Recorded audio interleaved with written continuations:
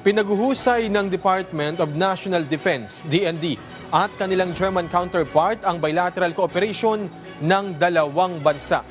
Yan ang ulat ni Denise Osorio, live. Denise?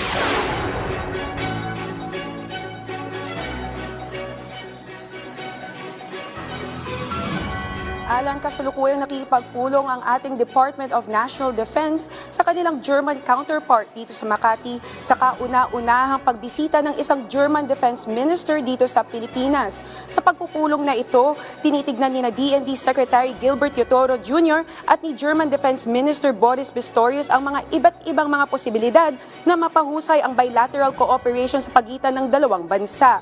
Kasabay nito ang ika-70 anibersaryo ng defense relations ng Pilipinas at ng Alemanya. Noong Miyerkules, sinabi ni Pistorius sa kanilang German state media na sadyang palalakasin nila ang kanilang suporta sa mga bansang nape-pressure dahil sa mga di umanong dangerous maneuvers mula sa China at isa na rito ang ating bansa. Alang patuloy kaming nakantabay dito dahil maya-maya lamang magkakaroon ng press conference ang DND at ang German Defense Ministry.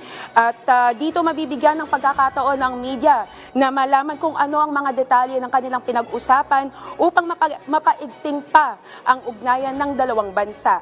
Yan ang pinakauling balita mula rito sa Makati. Alan? Maraming salamat, Denise Osorio.